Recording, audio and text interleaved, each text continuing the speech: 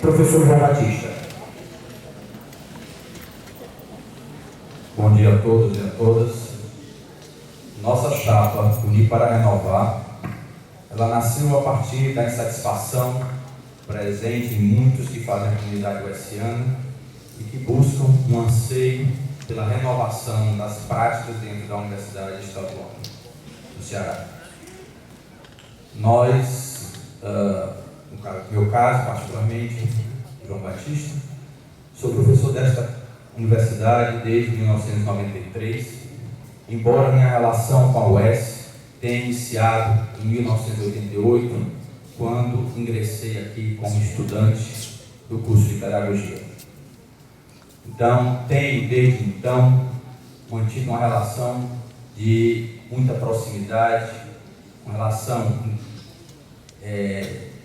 realmente muito forte com a nossa Universidade Estadual do Ceará, e nessa trajetória, ao longo desses 23 anos, tenho podido contribuir com o ensino, na pesquisa e em atividades também de extensão.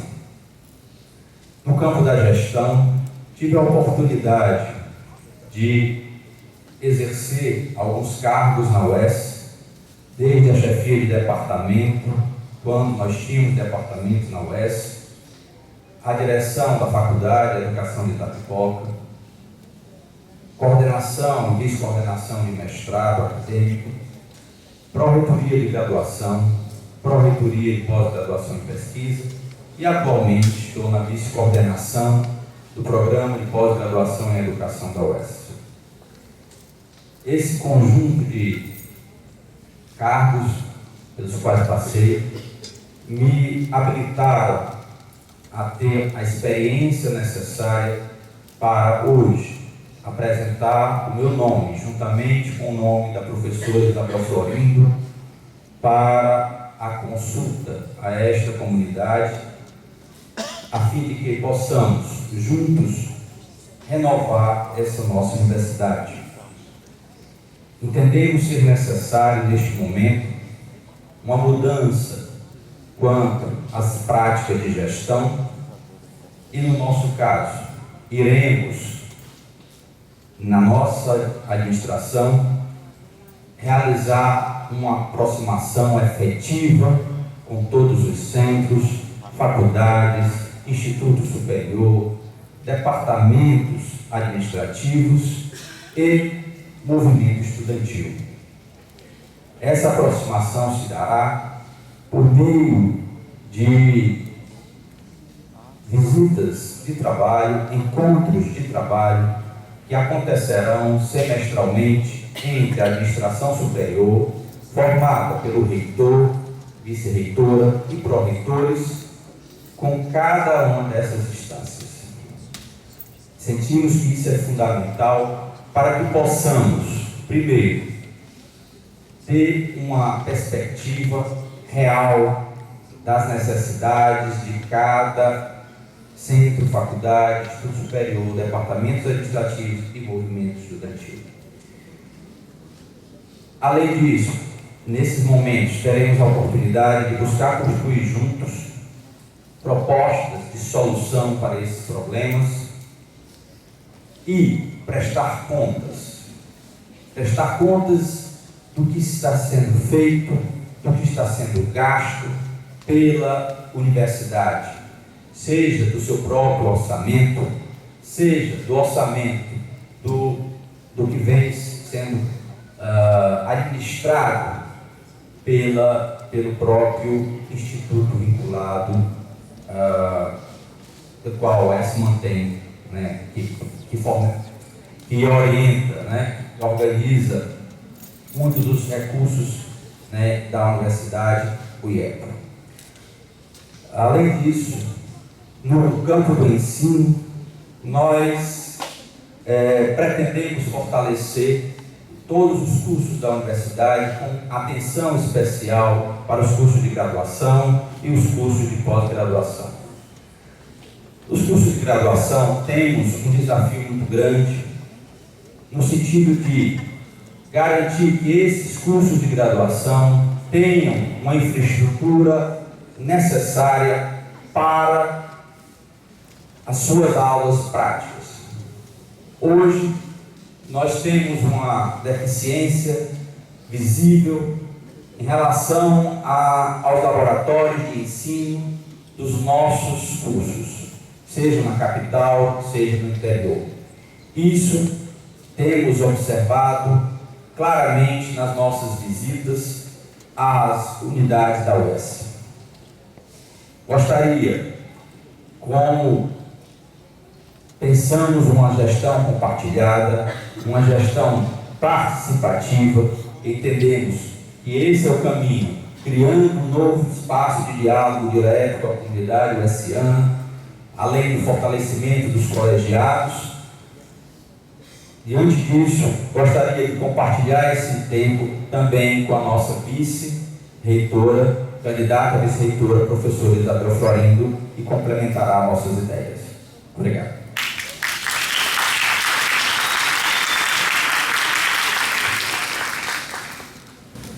Bom dia a todos e a todas. A chapa Unir para Renovar surgiu também de um profundo sentimento de falta de assistência e transparência da atual gestão. Eu sou a professora Isabel Florindo, luto por uma UES mais ética, mais justa e para todos, desde o ano 2000, quando aqui cheguei e assumi o cargo de professora substituta.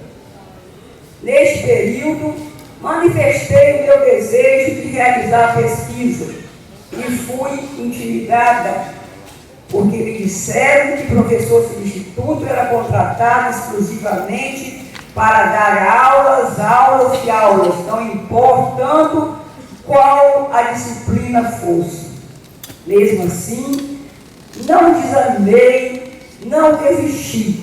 Procurei o atual reitor daquela época, que era o professor Manassés, e fiz a pergunta a ele se professor substituto tinha direito de fazer pesquisa. Ele me respondeu: professora, não só deve, não só pode, como deve. Então, a partir desse momento, participei de vários editais, aprovei projetos. Mesmo como professora substituta, assumi a coordenação do Laboratório de Bioquímica Humana, formei um grupo de pesquisa com 3 alunos da Biologia, que hoje são professores em universidades federais, na Unilab, na Federal de Pernambuco e outro em Embrapa. Então, a partir deste momento, comecei a realizar e consolidar as minhas pesquisas. Participei da criação de cursos de mestrado em nutrição e a criação da Renovil, onde hoje é o maior doutorado em rede do Brasil. Então, hoje eu consegui consolidar o meu desejo de realização de pesquisa, adquirindo experiência nessa administração, com formação de grupos de pesquisa, de orientação de alunos e também procurando promover a universidade, cumprindo meu papel de ensino, pesquisa e extensão. Então, eu quero agradecer a oportunidade e encerro. Professor João, eu gostaria que o senhor acha da impossibilidade, por exemplo, de professores da UES serem impedidos de participar de editais, como por exemplo o edital do Banco do Nordeste, que foi um edital de R$500 mil, devido ao IEPRO estar irregular, né? E por que as contas do IEPRO, né? Qual é a sua opinião, por que as contas do IEPRO não tem a transparência que devia? Mas a pergunta, o que o senhor acha, né, da possibilidade do presidente, do presidente do IEPRO ser um professor da UVA e não um professor da UESP. Né? Bom, primeiro eu gostaria de dizer que na nossa gestão nós justamente investiremos para garantir que a UES e o IEPA, o instituto que vem historicamente servindo a universidade, possam estar devidamente regularizados para concorrer a todos os editais nacionais e internacionais. Nós precisamos garantir que a UES tenha condições, além de fazer todo um trabalho junto ao governo para que ele cumpra com os recursos necessários para a universidade, mas também devemos buscar os editais nacionais e internacionais. Com relação à transparência, é importante frisar que nós hoje não temos essa transparência e iremos efetivá-la no Instituto, no IEPRO, né? E também efetivá-la dentro da universidade. Por isso, queremos manter esses encontros com os centros, com os institutos, com as faculdades, com o departamento, para também aproveitar este momento, a fim de mostrar para a comunidade uesiana, com transparência, como está se dando o uso do recurso público, que é fundamental para garantir a essa comunidade o controle social sobre a própria gestão. Precisamos garantir que a comunidade tenha subsídios para poder cobrar da própria gestão o uso adequado dos recursos públicos, sejam eles administrados na conta da universidade, sejam eles por meio dos convênios administrados pelo IEPA. Tinha alguma outra pergunta, professor? Sim, com relação ao presidente, garantiremos que seja da UES, porque isso não pode acontecer. Ele precisa respeitar o que é o estatuto do IEPA. Obrigado. Obrigado, professor João. Primeiro, muito me incomodava só ter uma chapa, a chapa, né, da atual reitoria. E eu vou me basear, professor Jacques, nos princípios que norteiam a sua atual gestão, que é o princípio da transparência, da equidade, da democratização. 30 segundos. Então, baseado nisso, houve realmente na atual gestão uma prestação de serviços à comunidade universitária? E segundo, qual é a sua ética da responsabilidade, da convicção diante a UES não ter um regimento que realmente possa, com que vocês que estão na atual gestão, aproveitem toda a estrutura do poder para reconduzir. Obrigado, professora Glória. Isso é equidade no processo eleitoral. A Universidade Estadual do Ceará e a Fundação Universidade Estadual do Ceará tem regimentos e tem estatutos. Estatuto da FUNESP, Estatuto da UES, que foram aprovados, elaborados em 1999 e publicados em 2000. Daí se desdobrou a aprovação do regimento interno, do regimento geral da Universidade Estadual do Ceará. Com o novo processo de discussão dos estatutos, depois dos estatutos aprovados, teremos então um prazo de 1 ano para fazer os novos regimentos, o novo regimento geral. Então a Universidade Estadual do Ceará não está desparametrizada. Ela tem estatuto, ela tem regimento. Tivemos uma crise ano passado, quando descobrimos todos que o nosso estatuto tinha sido publicado como decreto e não como lei. A decisão dessa reitoria foi de imediatamente enfrentar um problema que já varava 16 anos e consertá-lo. E foi tudo consertado no dia 11 de fevereiro deste ano, quando foi publicada uma nova lei que revoga a lei que estava vigindo, que era a lei de 1983. Com a revogação da lei de 1983, com a colocação em status de legalidade da organização dos conselhos e com a convalidação de todos os atos praticados desde 2000 para cá, nenhuma falha legal existe hoje na universidade. Nem no IEPRO, por exemplo, que o Estatuto do IEPRO permite que o seu presidente possa até ser um servidor, não apenas um professor. É um professor do sistema estadual e um servidor do sistema estadual, um servidor docente e um servidor técnico-administrativo. Quando a Universidade Estadual do Ceará, quando um professor não consegue, por exemplo, aplicar um projeto no Banco do Nordeste, este professor está impedido não por qualquer motivo do IEPRO, mas pelo motivo da própria FUNES. Quando assumimos, encontramos 47 casos da própria FUNES sem relatório do Banco do Nordeste. Os professores não faziam os relatórios. Nós conseguimos negociar com cada um dos professores e já só temos apenas 3 projetos que os relatórios não são concluídos. Dessa maneira, a universidade tem parâmetro legal, a universidade tem prática legal e a universidade se rege nestes 4 anos pela lógica da legalidade instituída. Está na hora de mudá-lo. Mudaremos. Recentemente, nós temos visto no Brasil vários casos de assédio a universidades. Aqui na UES não é diferente. Existem vários professores e alunos que assediam, perseguem e abusam de alunas.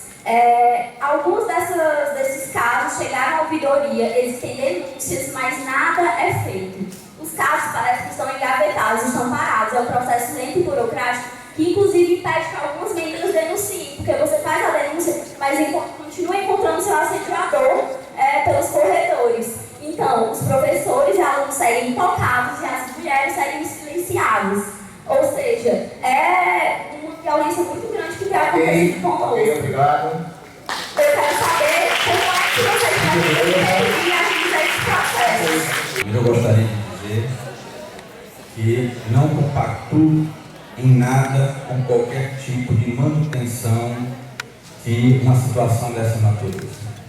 A Universidade Estadual do Ceará ela precisa tomar as providências necessárias para investigar e buscar os meios legais para que as pessoas que gerem situações dessa natureza estejam na condição de assediadores, se tenham a devido tratamento conforme reza a legislação.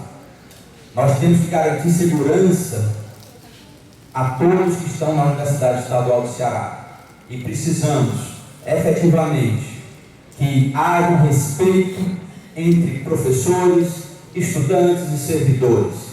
E esse respeito passa, inclusive, pela a garantia de que possamos estar aqui sem esta preocupação de estarmos convivendo com pessoas que tenham atitudes dessa natureza, atitudes de assédio a qualquer nível desta comunidade uesiana. No nosso caso, analisaremos, assim que tomar posse, todos esses casos que estão hoje, conforme relatado na ouvidoria, e os casos, logicamente, que venham a acontecer serão também investigados, para que possamos tomar as medidas necessárias, cabíveis, e não ficar efetivamente, como foi relatado, parado em alguma instância da universidade. Precisamos ser enérgicos no respeito a todos que aqui fazem a universidade. Muito obrigado. A reforma dos blocos didáticos e banheiros acertada com os diretores do centro para ocorrer em 2013, com recursos já reservados para tal obra, só estão sendo realizadas no final da sua gestão. Os esforços para conduzir o PCCB dos servidores da CECITES à CEPLAG também só foram observados a dias da consulta prévia da reitoria. Os semáforos recém-instalado na avenida, que dá acesso ao campus Itaperi, que é uma demanda antiga da comunidade oessiana, só foram observados os esforços para a instalação do mesmo nas proximidades da eleição. As demandas futuras da comunidade oessiana também só serão atendidas nas proximidades das eleições próximas? O estudante concede um poder quase miraculoso ao reitor. Todas essas ações são ações que demandam uma enorme discussão, enormes processos de decisão financeira, enormes elaborações de projetos técnicos, enormes discussões sobre licitações. E elas se arrastam independente da vontade do reitor. Gostaria de estar inaugurando agora outras obras e não essas. As obras, o governo Cid definiu um conjunto de investimentos, autorizou esse conjunto de investimentos em agosto de 2012. Em 2013, eles começaram a serem analisados, porque tínhamos que fazer os macro-propostas. Depois que eles foram analisados, chegou o segundo semestre de 2013, começou as greves, a primeira grande greve que tivemos, e o governo da Casa Civil à época decidiu não publicar nenhum documento em diário oficial que dissesse respeito às universidades como uma retaliação pelo fato dos professores terem declarado greve. Assim também aconteceu em 2014. Os processos são realmente lentos e não há nenhum poder miraculoso da reitoria em fazer com que eles coincidam com processos eleitorais. Os processos eleitorais, eles são internos, eles são de interesse da comunidade para definir seu futuro. Não é, por exemplo, uma eleição de um prefeito do interior que tem um grau de autonomia sobre orçamento e pode, inclusive, criar orçamento. O reitor não cria orçamento. O orçamento é criado pela CEPLAG e publicado e emendado pela Casa Civil, pela PGE e encaminhado à Assembleia Legislativa. Então não há, portanto, nenhuma possibilidade de manipular orçamento e não há nenhuma possibilidade de você alterar as rotinas administrativas, técnicas e legais desses processos. Quem imagina isso ou não conhece como é que os processos acontecem ou não está de boa fé. É do conhecimento de todos, professor, inclusive, do grande... Está falhando o microfone. Recontagem. Bom, do grande desenvolvimento que a pós-graduação de ciência da UES tem tido nas últimas décadas. Recentemente, esse desenvolvimento ficou focado no interior do Estado. Pela primeira vez, a gente tem a oferta de cursos de pós-graduação de ciência de mestrado no Estado. Temos 4 cursos já aprovados em andamento. Nós temos, inclusive, vários professores e alguns alunos aqui dessas unidades, desses cursos. Eu queria ouvir de você qual é a importância que você dá à presença de um curso de pós-graduação, de um curso de mestrado no interior do Estado. Primeiro, eu fico muito contente que esse desenvolvimento tenha acontecido, porque recordo que quando estava à frente da Pró-Reitoria de Pós-Graduação e Pesquisa, apesar de na época de Moeiro não ter nenhum curso de mestrado, nós fizemos uma visita na condição de Pró-Reitor de Pós-Graduação e lá, uma reunião com professores, representantes estudantis, surgiu a ideia justamente de um mestrado para o interior do Estado. E aí surgiu o primeiro mestrado, que é o MAI, Mestrado de Educação e Ensino, dá continuidade nas gestões da Pró-Reitoria posteriores. Por gentileza, a ideia foi discutida e surgiu naquele momento na reunião discutida com os professores servidores. E foi dado prosseguimento que nos deixou muito felizes, porque isso é importante. Nós precisamos ter uma ação de valorizar o que é positivo e, logicamente, corrigir os erros das administrações que nos antecederam.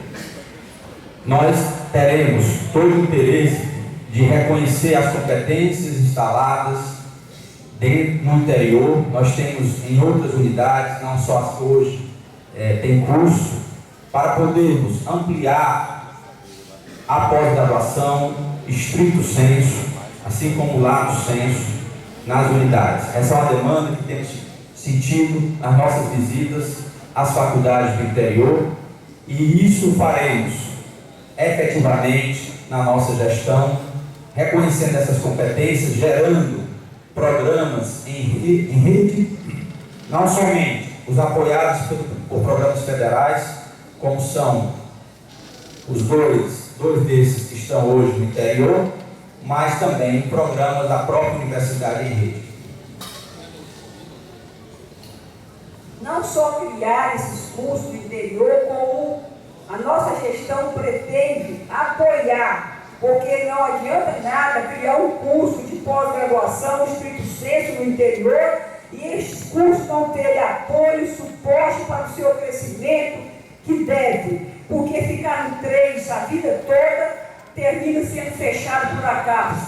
Então, o que nós queremos, não só criar esses cursos, mas manter esses cursos com parceria e com apoio dos grupos já consolidados na capital. Obrigado, professor Raquel. Estudante Raquel Teixeira, beleza. Desculpa, Ana Carolina. Primeiramente, bom dia. Eu sou da Faculdade Veterinária, sou uma das várias protetoras de animais aqui da faculdade e eu queria saber, tendo em vista a questão do abandono e dos maus tratos que acontecem aqui no campus, diariamente que todos presenciam, e a gente sabe que isso reflete a insegurança no nosso campus. Eu queria saber a proposta da chapa para intervir nessa situação, porque várias pessoas aqui vêm ao campus, não só na questão da proteção animal, mas toda a comunidade vem em horários no final de semana ou à noite, e a gente sabe que a insegurança é falha no nosso campus. Como a gente pode, como a chapa vai intervir, tanto para a proteção animal quanto para a proteção das pessoas? A discussão sobre a maneira de conviver com os animais, a maioria que são abandonados aqui no campus, ela vem se procedendo desde o início da gestão e encontrou forma, com o apoio da Faculdade Veterinária, na criação de uma comissão que trabalha exatamente isso, a convivência com cachorros e gatos que são abandonados em estado de abandono no campus de Itaperi. Dessa maneira você regula as formas de cuidar. Cuidar não é só dar resto de comida no chão para o gato, para o cachorro. Cuidar é alimentar em lugares certos, cuidar é vacinar, cuidar é, eventualmente, dependendo da necessidade, da dinâmica populacional, iniciar os processos também de castração. Essa comissão tem trabalhado duramente nisto.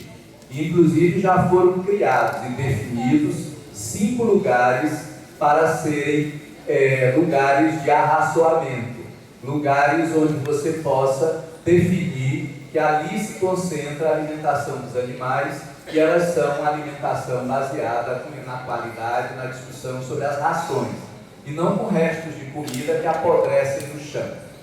Então não é jogar o animal e trazer restos de comida para ele, é cuidar em todas as dimensões, inclusive de saúde pública. No caso da segurança humana, nós vivemos hoje numa cidade conturbada, conflitada. Nós não estamos fora do mundo.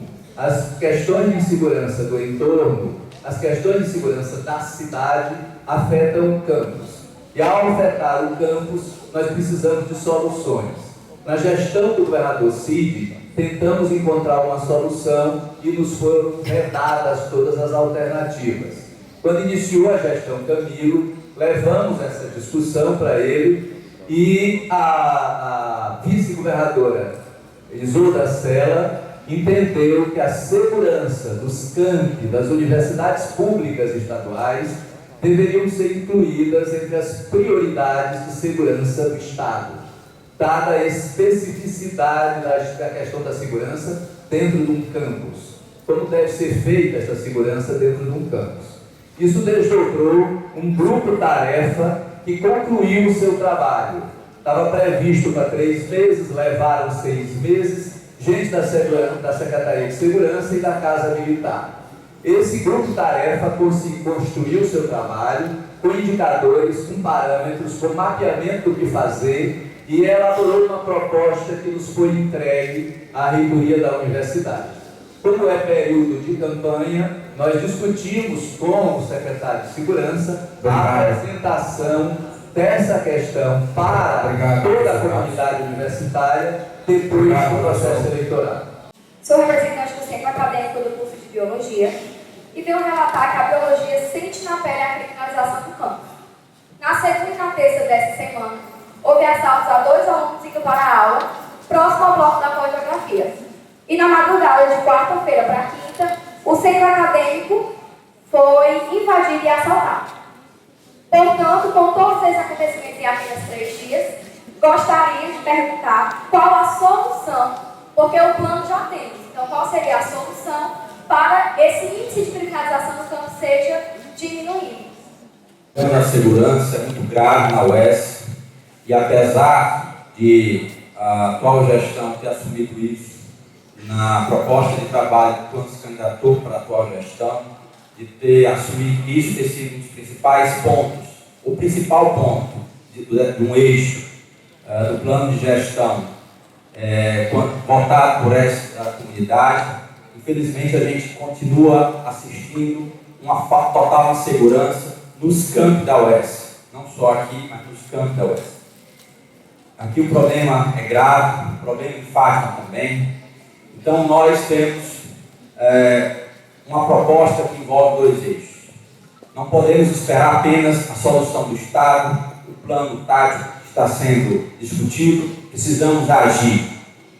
E essa ação passa por um eixo interno que constará de ampliação do efetivo de agentes, com formação adequada para a atuação na universidade, que tem uma dinâmica diferente de outros locais, de outras instituições. Então precisamos garantir que ele tenha uma formação para atuar aqui dentro de um ambiente universitário. Isso gerará a intensificação da vigilância. Devemos também trabalhar com tecnologia a favor de garantir maior segurança, e tudo isso passará por uma discussão com a comunidade uesiana antes de sua implantação, para garantirmos um plano efetivamente discutido.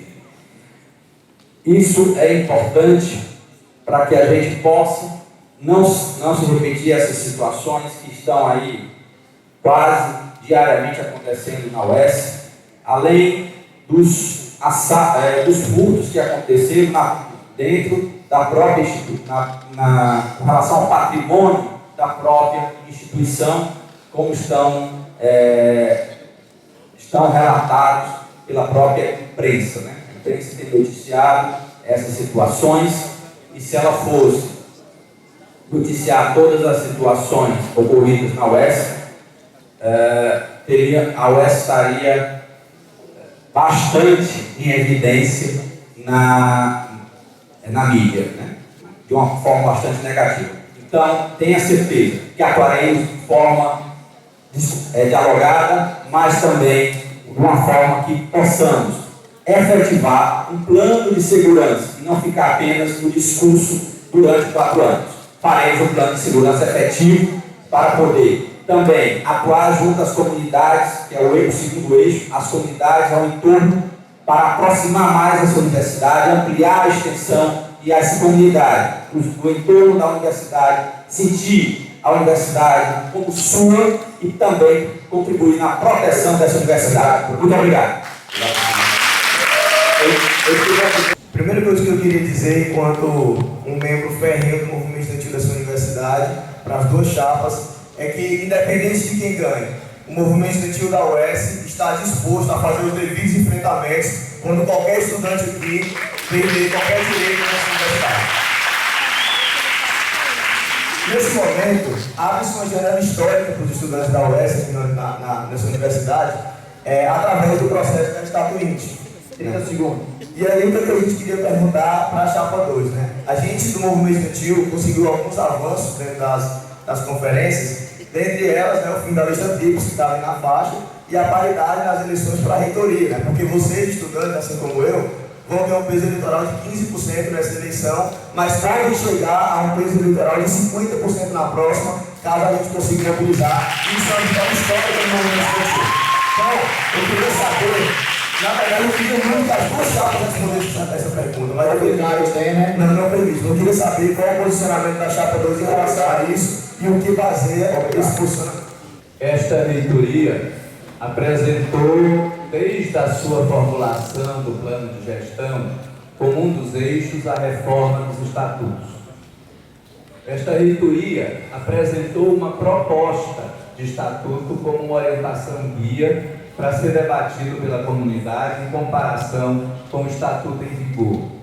Esta reitoria convocou os sindicatos do TCE para apresentar ao Conselho Universitário uma proposta de processo estatuinte revisor.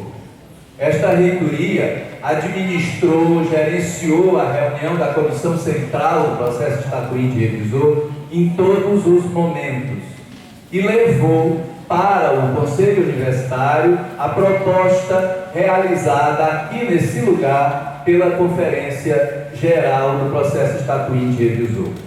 Então nós defendemos, porque inclusive participamos e presidimos. Nós defendemos a forma, nós defendemos o modelo, nós defendemos a lógica como o processo estatuinte revisor aconteceu. Faz parte dessa lógica o Conselho Universitário analisar, do mesmo jeito que foi ele quem aprovou o modelo, ele será também a instância de análise do resultado. Ao analisar, como presidente do processo estatuinte revisor, nós encaminharemos, o encaminhamento será o da homologação do produto. O Conselho Universitário não é só apenas uma instância de homologação.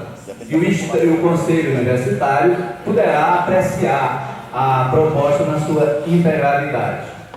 Entendo que existe basicamente duas grandes questões polêmicas. Não há nenhuma polêmica sobre eleição direta, por exemplo, o fim da lista tríplice, da consulta, se eleição direta. Não vejo mais. Então teremos duas polêmicas, no máximo, a serem acolhidas, a serem resolvidas, a serem equacionadas dentro do Conselho Universitário. A reitoria apresentará o resultado da Conferência Geral, que foi presidido por ela, para que o Conselho homologue. Mas quero lembrar a todos que o reitor é um magistrado, e como magistrado fazia parte do processo a avaliação pelo Conselho Universitário. E teremos que respeitar também essa discussão no âmbito do Conselho Universitário. O compromisso do atual reitor é o de encaminhar para a homologação o resultado da Conferência Geral. Da seguinte forma: pergunta 1 minuto, resposta 3 minutos, 1 minuto para a réplica e mais 1 minuto para a tréplica. Ok?